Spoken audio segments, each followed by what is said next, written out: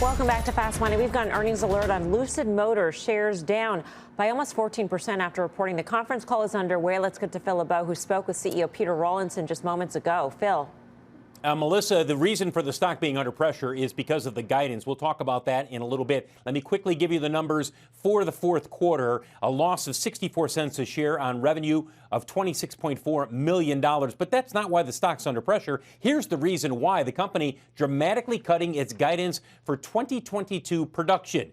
For some perspective, the guidance was to build 20,000 vehicles this year. The new guidance, only building 12 to 14,000 vehicles. Peter Rawlinson tells me it's because of supply chain and quality challenges. In fact, during our conversation, he said the company is now considering alternative supply sourcing. One of the issues he talked about, the quality of the glass for the Lucid Air. It's not up to the standards they want. As a result, they're going to have to slow down production. That's just one issue. There are some other ones as well. He does say that demand is very strong. In fact, when you look at the reservations for Lucid, now exceeding 25,000. The last time they gave us an update on reservations was back on November 15th, and at the time, it was 17,000. So that's an increase of 47%, which is good. You do want more reservations, but you've got to cut your production. That's the reason the stock is under pressure. One other note, the company has confirmed that it will be building a plant in Saudi Arabia. So if you take that plant, which is not going to come online for some time,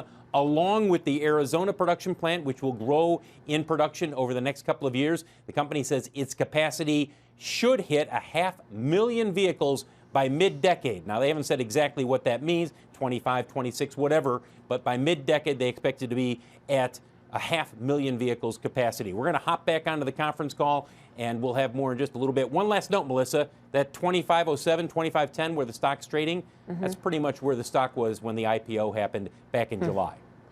Phil, quick question. Your conversation with Peter, I heard you talk about in the closing bell. It seems like he stressed the quality issues as opposed to supply chain issues. You mentioned the glass, the carpet's not up to snuff. Yep. I mean, do they have chips? Do they have the other sort of vital components? Or is it all about them not picking the right manufacturer of I think it's a number things? of things, Melissa. It's a number of things. And I'm sure during the conference call, the chip issue will come up in terms of making sure that's there. Look, we've talked about this for some time for all automakers. The supply chain is stretched and stressed across the board. He just pointed out those two in terms of the quality aspect not being up to snuff in terms of what they're looking for. But we'll see how much they talk about the chip component of this during the conference call, which, again, has just begun. Phil, thanks. Phil LeBeau, he'll keep us posted on Lucid's call. Guy, it just strikes me as they're throwing everything out there as to why they can't meet production or come anywhere close to the original forecast. Did you say just something about carpet? Is there something in my ear? Was that really what we were just talking about? Cars have carpet, and apparently the quality is not up to snuff for the Lucid carpet. Yeah, well, people buying Lucid at $55 in November were anything but, by the way, number one. And even with, I mean, even if you want to say they're going to do $2 billion in revenue this coming year, that was their fourth quarter just reported, and I'll give them that. You're still talking about a company that's trading at 25 times revenue, so it's a hope and a dream at this point. Good for them. I hope they figure out their carpet situations. Stanley Steamer has a great 800 number if they want it. I can provide it offline.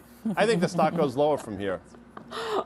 1-888-55. Pete Najarian, where are you in the EV trade?